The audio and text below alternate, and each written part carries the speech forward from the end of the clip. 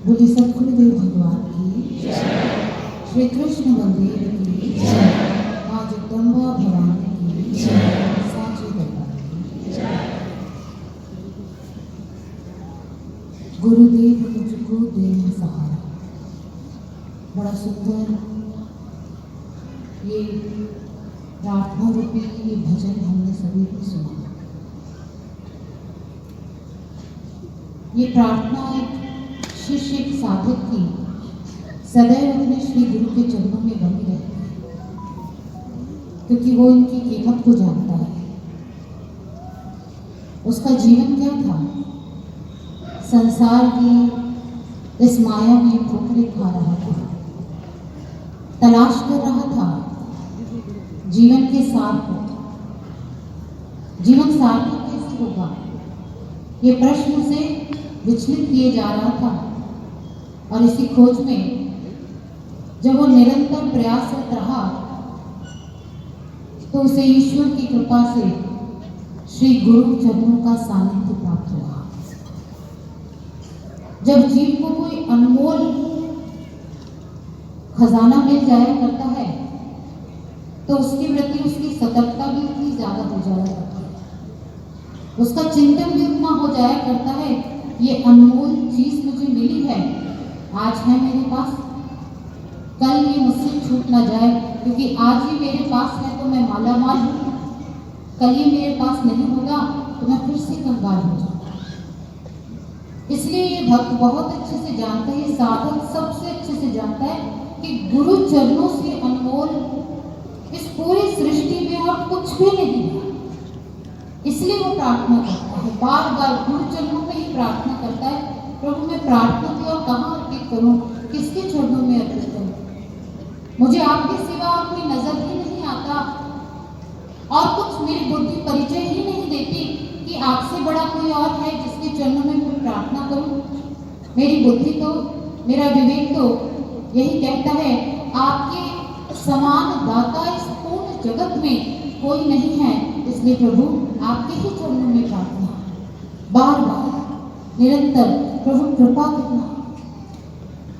इस भक्ति पथ का पथिक आपने हमें बनाया है, पर बार बार स्वयं से, स्वयं के विकारों से, बाहरी परिस्थितियों से, माया के आकर्षण से भय बना रहता है निरंतर। ना जाने कब एक गलती हो जाए और न जाने कब इस माया की भीड़ में कब हम फिर से भटक जाए। इसलिए प्रभु कृपा बनाए रखना, छूट जाए ना दामन तुम्हारा। ये सफर प्रारंभ हुआ है तो ये अंतिम श्वास तक ये सफर यूं ही अनवरत चलता रहे। एक साधक, एक शिष्य गुरु चरणों में ऐसी प्रार्थना अर्पित करे तो यह असंभव है कि उसकी ऐसी प्रार्थना को गुरुदेव स्वीकार ना करें, उसकी इस प्रार्थना का फल उसे ना दे। वो प्रार्थना का फल देते हैं, उसकी समस्या का समाधान देते हैं। और समाधान स्वरूप क्या देते हैं? आप और हम यहाँ इकट्ठे हुए, एकत्र हुए हैं, इन विचारों को सुन रहे हैं। ये क्या है? श्री गुरुदेव का प्रसाद है, वो प्रसाद जिस प्रसाद में हमें बार बार गुरु की दिव्यता, गुरु की महिमा श्रवण करने का मौका मिलता है, अवसर मिलता है।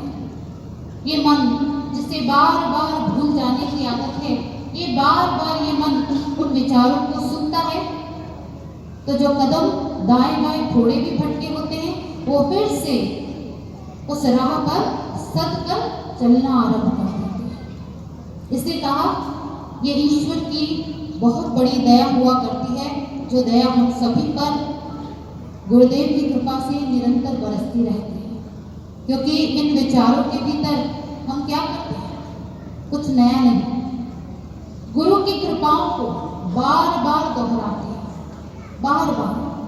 कैसे हर युग, हर काल में, हर समय, हर परिस्थिति में गुरु की कृपा शिष्यों पर, इस संसार के जीवों पर निरंतर बरसती रहती है। और उस कृपा के कारण वो जीव जो इस जीवन अवसर को खोने चला था, हारने चला था, उसकी उस हार को गुरुदेव की कृपा से कैसे वो जीत में बदल पाता है। आज एक ऐसे ही एक किस्से को हम यहाँ सुनते हैं। हम कहेंगे सुनेंगे नहीं, हम दोहरा रहे हैं क्योंकि हमने ये कथा बहुत बार सुनी है। फिर से सुनी और फिर से दोहराई। कथा कौन सी है? समय आता है उस समय, कहते हैं जिस समय महाभारत का भीषण युद्ध होने वाला है और उस युद्ध के मैदान के भीतर दो सेनाएं, दो पक्ष आमने सामने खड़े हैं। एक और कौरव पक्ष खड़ा है तो दूसरी ओर पांडव पक्ष खड़ा है। कौरव पक्ष वो है जो अधर्म का साथी है और पांडव पक्ष वो है जो धर्म का साथी है, धर्म के लिए युद्ध कर रहा है। और यही कारण है पांडवों के पक्ष में स्वयं जगत गुरु भगवान श्री कृष्ण खड़े हैं, उनका साथ दे रहे हैं, उनका मार्गदर्शन कर रहे हैं। विश्व के सभी योद्धा, बड़े बड़े योद्धा उस युद्ध में आमंत्रित हैं।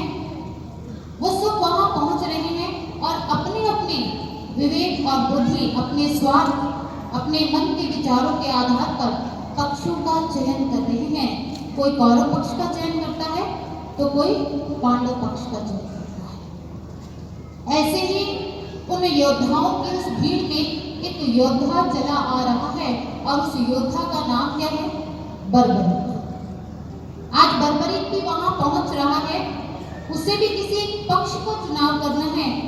वो या तो पांडव पक्ष से लड़ेगा या कौरव पक्ष से लड़ेगा। अब वो चला आ रहा है। अब ये देखिए वो कौन से पक्ष का चुनाव करने वाला है। तो ये पक्ष वो कौन सा चुनेगा, इसे जानने से पहले अगर उसकी कथा को देखते हैं तो उसके बचपन में उसे संस्कार मिले हैं अपनी माँ से। और माँ ने क्या सिखाया है? माँ ने सिखाया है जो कमजोर पक्ष है उसका साथ देना, उसके साथ खड़े होना। बर्बरीक ने जो बचपन से सीखा है उसको ध्यान में रखते हुए वो वहां चला आ रहा है और इसके अनुसार आज वो चयन करने जा रहा है।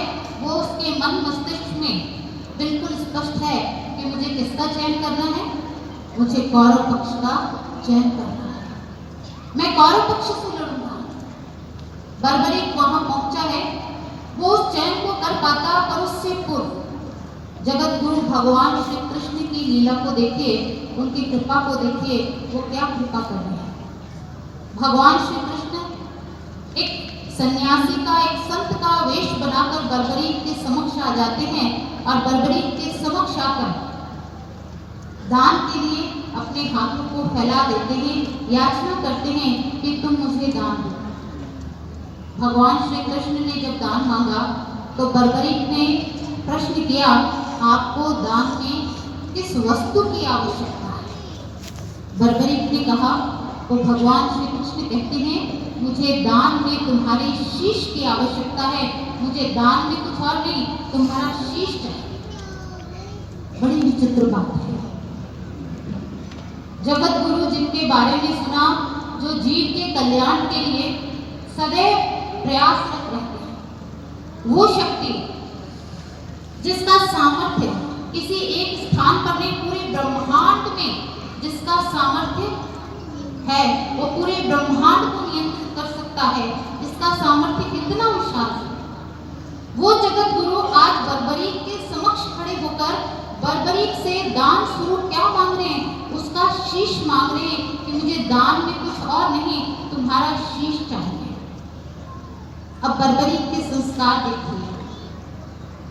जहां उससे दान में मांगा गया शीश तो वो पीछे कदम हटा सकता था, कहता नहीं मैं ये दान नहीं दे सकता। पर उसके संस्कार, वो इस बात को बहुत अच्छे से भली भांति से जानता है कि जब संत दान मांगे तो इनकार नहीं किया जा सकता, इनकार नहीं करना चाहिए क्योंकि उसी में कल्याण है। संत दान में चाहे जो कुछ मांगे वो उन्हें दान में अवश्य देना चाहिए क्योंकि उसके पीछे कल्याण ही छिपा है, कुछ और नहीं है। बर्बरीक को ये पता है पर उसके मन में एक प्रश्न था और इसलिए उसने उस प्रश्न का उत्तर ढूंढने के लिए आज दान मांगा है वो दान मैं आपको अवश्य दूंगा, पर उससे पूर्व मैं आपसे जानना चाहता हूँ कि आपका वास्तविक परिचय क्या है, आप कौन हैं?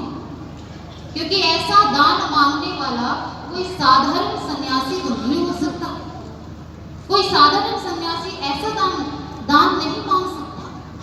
भगवान श्री कृष्ण उसकी बात को सुनते हैं और भगवान श्री कृष्ण अपने वास्तविक परिचय को उसे देते, अपने वास्तविक रूप में उसके समक्ष आ जाते हैं।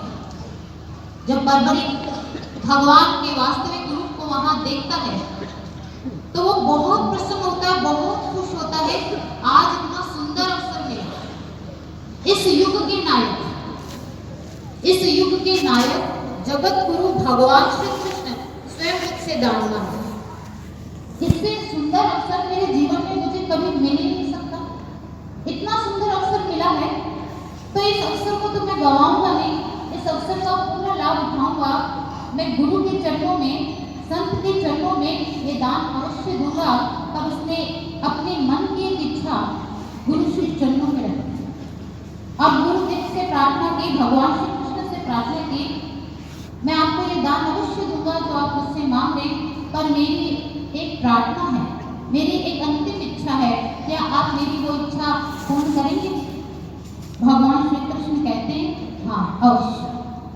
तो वहां पर बर्बरीक अपनी इच्छा को रखता है और वो कहता है मैं इस युद्ध को देखना चाहता हूं, इस युद्ध में भाग लेने आया था, इसी मंशा से इस महान युद्ध का मैं भी एक हिस्सेदार बनूं, मैं भी एक हिस्सा बनूं। परंतु अब उस युद्ध का हिस्सा बनने का तो मुझे मौका नहीं मिला, पर मैं चाहता हूं मैं इस युद्ध को देखूं। भगवान श्री कृष्ण जो जगत गुरु की भूमिका निभा रहे हैं उस युग में, भगवान श्री कृष्ण कहते हैं तथास्तु। भगवान ने तथास्तु कहा तो बर्बरीक फिर पीछे नहीं हटा, उसने उसी क्षण अपने शीश को अपने धड़ से अलग करके भगवान श्री कृष्ण के चरणों में अर्पित कर दिया। अब इस कथा में देखें ये कितनी सुंदर बात है और कितने गुरु के सामर्थ्य को यहाँ पर ये कथा हमें दिखा रही है। हमने आज तक कभी नहीं सुना कि शीश धड़ से अलग हो जाए तो उसके भीतर प्राण बचते हैं। जैसे ही शीश धड़ से अलग होता है वैसे ही क्या हुआ करता है, इस शरीर से प्राण निकल जाया करते, इस प्राण इस शरीर में नहीं रह पाते। पर सतगुरु की महिमा, गुरु का सामर्थ्य देखिए, शीश कट गया पर शीश में प्राण अभी भी थे, वो शीश अभी भी जीवंत था। अब उस शीश को अब भगवान ने क्या किया, एक ऊंचे स्थान पर लाकर रख दिया जहां से बर्बरीक ने पूर्ण युद्ध को देखा। इस कथा में आगे जाने से पूर्व एक प्रश्न हम सभी के मन के लिए है, हम सभी के लिए वो प्रश्न ये, बर्बरीक के सामने एक मौका आया, एक अवसर आया, गुरु ने उससे दान मांगा, उसने बिना कुछ सोचे समझे अपने कदम पीछे हटाए बिना गुरु की उस इच्छा को पूर्ण कर दिया, संत की उस इच्छा को पूर्ण कर दिया। पर ये अवसर तो हमें श्री गुरु महाराज की कृपा से निरंतर मिलता है, अनेकों बार ये अवसर मिलता है। हम बर्बरीक के स्थान पर अगर स्वयं को रखकर अगर विचारें, सोचें तो क्या हम ऐसे अवसर के समय अपनी बुद्धि, अपने बाहरी तोल मोल को लेकर विचार करके निर्णय लेंगे या फिर बर्बरीक की भांति हम निर्णय लेंगे कि गुरुदेव की इच्छा है, आज हमारे समक्ष जो हमसे मांगा जा रहा दान है गुरु की इच्छा है, गुरु मांग रहे हैं, हम बर्बरीक के समान विचार करेंगे कि अगर संत ने मांगा है तो इसका सीधा सीधा अर्थ है कि इससे कम में मेरा कल्याण संभव ही नहीं है, इसलिए जो मुझसे दान में मांगा जा रहा है मुझे वो दान में अर्पित करना चाहिए। क्योंकि जब भी वो परम सत्ता गुरु रूप में इस धरा पर आती है तो उनके किसी भी कार्य से इस संसार के किसी भी व्यक्ति की कोई हानि कभी नहीं हुई, आज तक नहीं हुई, तो आगे भी उनके किसी भी कार्य से किसी भी जीव की कोई हानि नहीं होगी।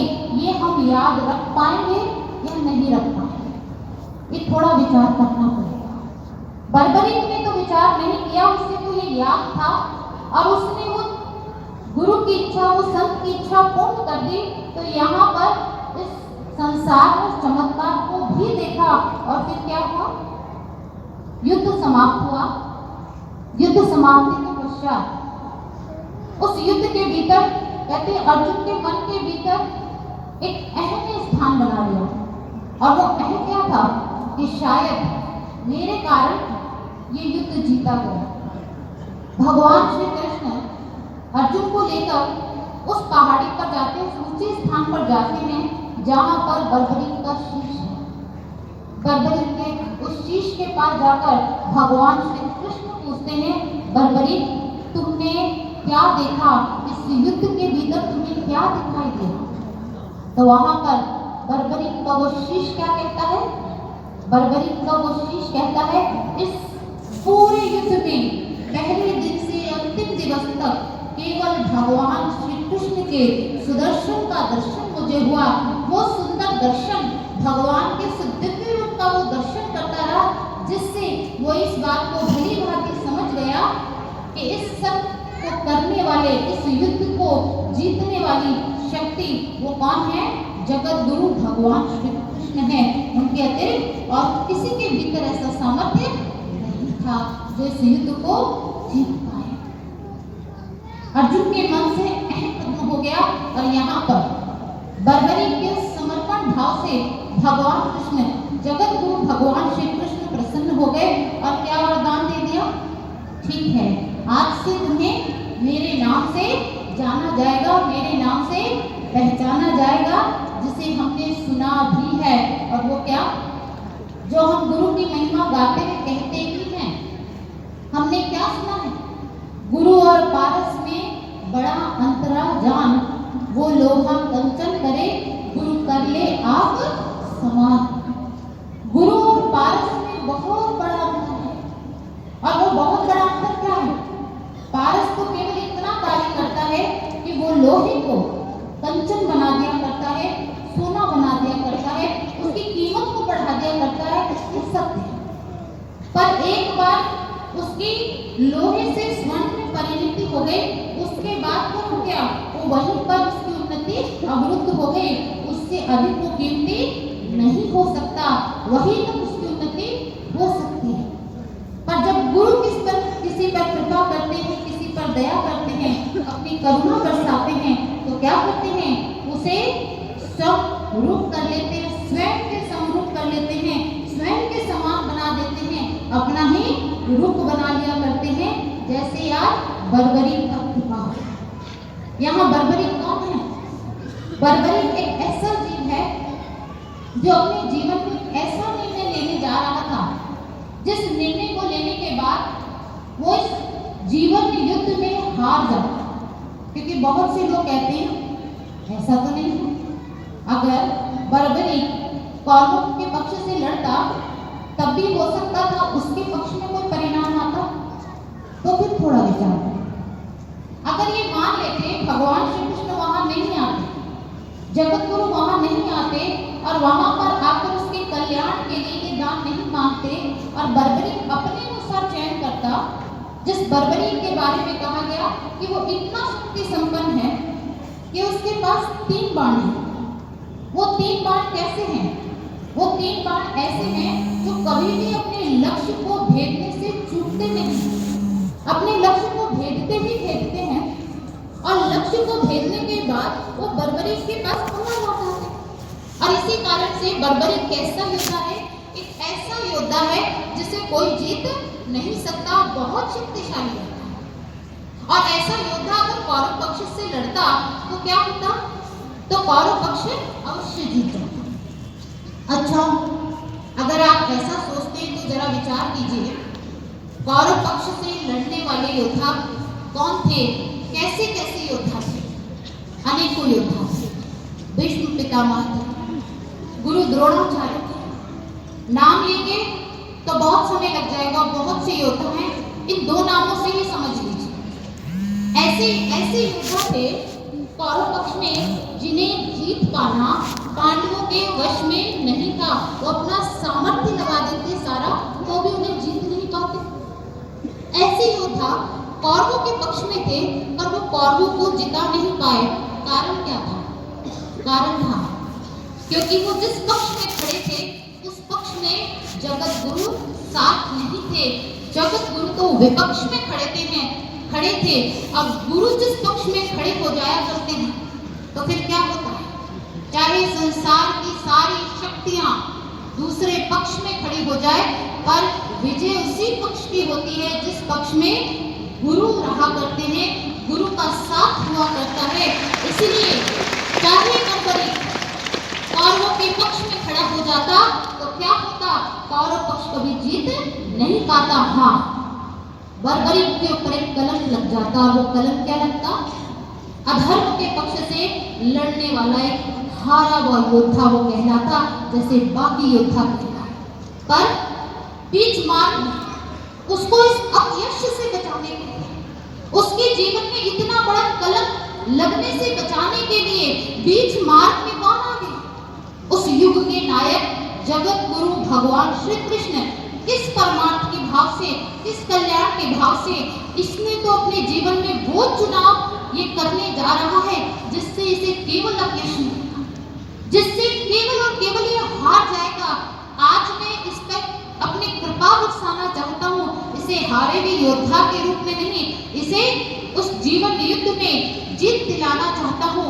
इसलिए भगवान श्री कृष्ण उसके समक्ष चले गए, जगत गुरु उसके समक्ष चले गए और अपनी झोली फैला दी दान स्वरूप।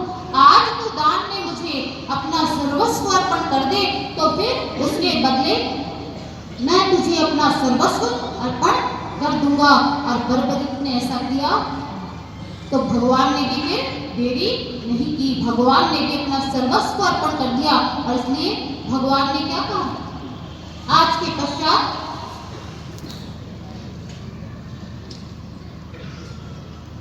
पश्चात ये दुनिया तुम्हें मेरे ही नाम से जानेगी। वो बर्बरीक जो कलंक का भागी बनता, उसे क्या बना दिया भगवान कृष्ण ने? पूजनीय बना दिया। बर्बरीक जो हारने वाला था, उस हारे ने को क्या बना दिया? उसे जीत के मार्ग का पथिक बना दिया। इसलिए सतगुरु ही वो करुणा निधान हुआ करते हैं जो हर हारे हुए का सहारा होते हैं। हार से जीत की ओर इस जीव की यात्रा को प्रारंभ करवा दिया करते हैं। और ऐसे ही सद्गुरु के सानिध्य को प्राप्त करने का सौभाग्य हमें मिला है।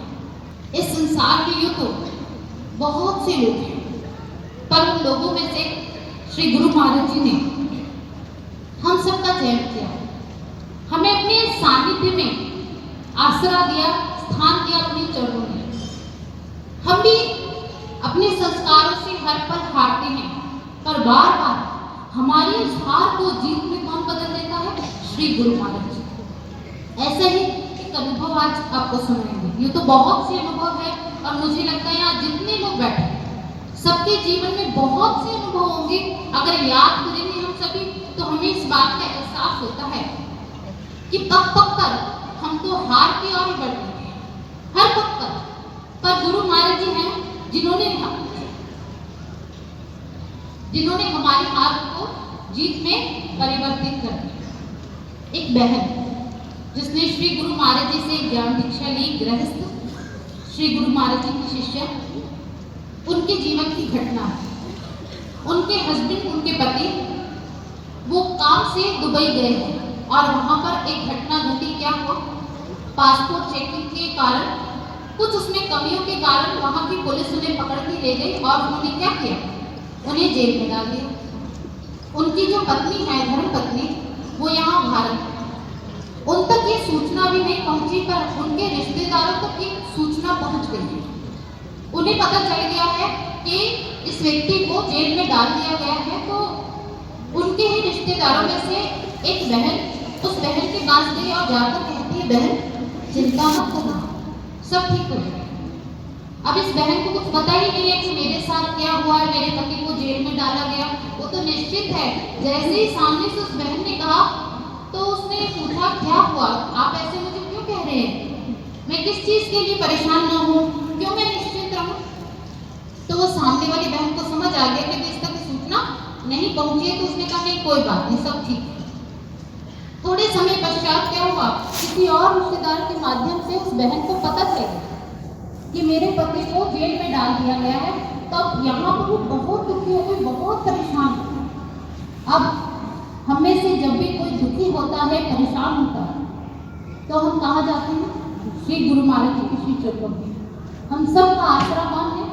केवल गुरुदेव। उस बहन ने भी यही थी, महाराज जी के स्वरूप के समक्ष जाकर बैठ गई और महाराज जी के स्वरूप के समक्ष जाकर बैठकर वो प्रार्थना करने लगी, वो रोने लगी। महाराज जी, आपकी सिवा तो हमारा कोई भी नहीं है, कोई नहीं है, मैं किससे बोलूं? ये सारी दुनिया स्वार्थ के रिश्ते नातों से बंधी है। आज ये दुख की घड़ी है, तो जो कल तक मेरे अपने थे, मेरे चारों ओर मेरे मुझे घेरे रहते थे, जो ये चाहते थे कि मेरे हस्बैंड दुबई गए हैं तो वहाँ हमारा भी काम करवा देना, हमारे लिए भी रास्ता बनवा देना, आपको कोई नजर नहीं आया, कोई पूछ नहीं रहा, मैं अकेली हूँ। आप दया कीजिए, आपके अलावा कोई नहीं। वो रोती जा रही है, रोती जा रही है, रोती जा रही है। और महाराज जी के श्री चरणों में प्रार्थना करते करते वो ध्यान में बैठी। जब वो महाराज जी के श्री चरणों में ध्यान में बैठे तो वहाँ ध्यान की गहराई में उतरती देरी थी। इतने में महाराज जी का स्वर उसे स्पष्ट सुनाई दिया और महाराज जी का महाराज जी ने कहा, कभी कभी दुख के भीतर भी सुख का उजाला छुपा होता है, इसलिए आज मुझे तुम्हारी चिंता की नहीं, तुम्हारी चिंतन के दान की आवश्यकता है। तुम चिंतन करो, मात्र चिंतन करो और कुछ मत करो, सब ठीक हो जाएगा। महाराज जी ने कहा, वो बहन उन शब्दों को पकड़कर ध्यान में लीन रही। 2 दिन निकल, 2 दिन पश्चात क्या हुआ, उसे सूचना मिल गई कि उसके पति को जेल से रिहा कर दिया गया। जब उसे सूचना मिली तो बहुत खुश हो गई और सबको बताने लगी। महाराज जी ने कहा था सब ठीक हो जाएगा, चिंता की कोई बात नहीं है, सबको बता रही है, बहुत खुश होती है। पर उसके मन में बार बार एक ही बात चल रही है।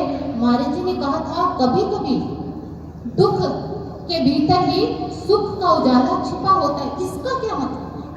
बाकी बात तो समझ आ गई मुझे। महाराज जी ने कहा था कि सब कुछ ठीक हो जाएगा और महाराज जी ने कहा वैसा हो भी गया।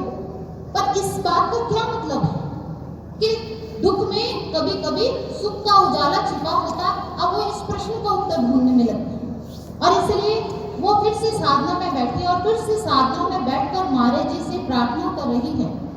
महाराज जी, आपकी कृपा ऐसी है जिस कृपा का वर्णन इस जिह्वा के द्वारा करना संभव ही नहीं। हम इस जिह्वा से आपकी कृपा का वर्णन करना चाहेंगे तो जन्म खत्म हो जाएगा, भाषा खत्म हो जाएगी, शब्द खत्म हो जाएंगे, पर आपकी कृपा का वर्णन पूर्ण रूप से हम कर ही नहीं पाएंगे। महाराज जी, आप ही बता दीजिए, आप ही बताइए, आपने जो कहा है उसके पीछे रहस्य क्या है? क्योंकि इतना तो मैं समझ गई हूँ, आपने बहुत बड़ी कोई कृपा की है, बहुत बड़ी कोई दया की है। और वो क्या की है महाराज जी, मैं जानना चाहती हूँ, क्योंकि मैं जानकर मैं दुनिया को बताना चाहती हूँ कि आज जो युग के नायक है, आज वो कैसे कृपा बरसा रहे हैं, अपने भक्तों की हार को कैसे जीत में बदल रहे। महाराज जी, मैं दुनिया के सामने अपने गुरु की महिमा को बताना चाहती हूँ, मुझ पर कृपा कीजिए, मुझे ऐसा अवसर दीजिए। बार बार प्रार्थना की महाराज जी से। जब बार बार प्रार्थना की तो महाराज जी ने वो रहस्य भी प्रकट कर दिया और महाराज जी ने कहा, तुम्हारे पति को जेल में डाला उसके पीछे कारण था, इसके संस्कारों के कारण, उस संस्कारों के कारण इसके नियति में लिखा था कि ये उस दिन एक स्थान पर पहुंचेगा, जिस स्थान पर पहुंचेगा तो वहां पर इसका भयंकर एक्सीडेंट होगा और जब भयंकर एक्सीडेंट होगा तो उस एक्सीडेंट में क्या होगा, उसके हाथ और पैर दोनों कट जाते। इसलिए हमने ऐसी व्यवस्था कर दी कि ये उस स्थान तक पहुंच ही ना पाए। इसलिए क्या कर दिया, 2 दिन के लिए जहाँ पर इसकी इच्छा चलेगी नहीं, ये चाह कर भी उस स्थान तक पहुंच ही नहीं पाएगा जहाँ पर इसका कर्मफल इसकी प्रतीक्षा कर रहा है।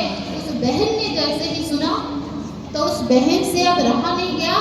हमारे आशु बाबा वो हैं जिन्होंने क्या किया, हम तो कर्म संस्कारों के आगे हारने वाले थे, अपना सब कुछ हारने वाले थे, पर हमारे आशु बाबा वो हैं जिन्होंने हमारी हार को क्या बना दिया, जीत में बदल दिया। और जब उस उसकी आत्मा ने इस सत्य का अनुभव किया तो उसके हृदय से क्या जयघोष हुआ?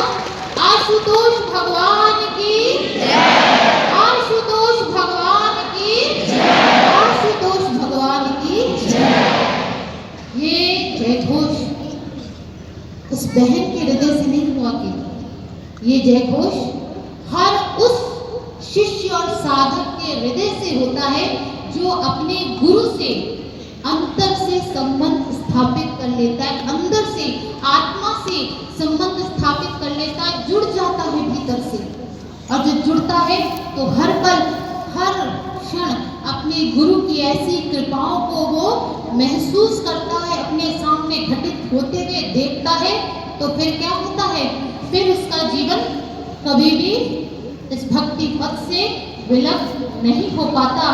इसलिए भक्तजनों, ये सत्य है, हर युग में हर काल में सद्गुरु ही हैं जो हमारी हार को जीत में बदल सकते हैं। अब चयन हमें करना है कि हम किसका हाथ पकड़कर चलना चाहते हैं। अगर अपने मन का हाथ पकड़कर चलेंगे तो ये तय है कि हार ही हमारे भाग्य में लिखी जाएगी। पर गुरु का हाथ पकड़ लेंगे। गुरु का हाथ पकड़ने का अर्थ, तात्पर्य क्या है? एक ही तात्पर्य है, जो गुरु कहे, जो गुरु कहे, जैसा गुरु कहे वो करे, वैसा करे। तो फिर इस जीवन संघर्ष में केवल जीत ही है जो हमारी झोली में आकर गिरेगी। गुरु महाराज जी भी आज हमारे समक्ष ऐसा अवसर लेकर आए हैं, ऐसा अवसर हमें दे रहे हैं जैसा अवसर भगवान श्री कृष्ण ने बर्बरीक को दिया था। आज तक बर्बरीक को पूजनीय माना जाता है, वो एक था जिसे पूजनीय बनाया। आज महाराज जी अपने सारे शिष्यों को, अपने सारे भक्तों को ऐसा ही बनाना चाहते हैं। इसलिए सबको मिलकर प्रभु श्री चरणों में बार बार एक ही प्रार्थना करनी होगी। और वो प्रार्थना क्या करनी होगी? प्रभु आप पर ही दृष्टि टिकाकर हम सब बने हैं इस सत्य के, हम इस सत्य पथिक, इस सत्य के पथिक। हे सत्य के पालक, तुम ही कृपा करो और हर लो हम सबकी मन की दुविधा सा। दो शक्ति इन हाथों को कि हम धर्म ध्वजा संभाल सके। करो कृपा ऐसी कि इस व्रत को अपने चरित्र में ढाल सके। कभी क्षण भर के लिए भी हमारी विवेक बुद्धि की गलियां तंग न हो। हे प्रभु, हमारा व्रत पूर्ण हो, हमें सिद्धि मिले, ऐसा व्रत हमारी झोली में धर। ऐसी प्रार्थना हर क्षण हर पल प्रभु श्री चरणों में करना है और ऐसा यत्न भी हर क्षण हर पल हम सभी को करना है। इसलिए ऐसी ही प्रार्थना सभी के लिए कि प्रभु की ऐसी कृपा सभी पर बरसे। ऐसे ही प्रार्थना करते हुए अपनी वाणी को यहीं विराम देंगे। बोले सद्गुरुदेव भगवान की जय, सद्गुरुदेव भगवान की जय।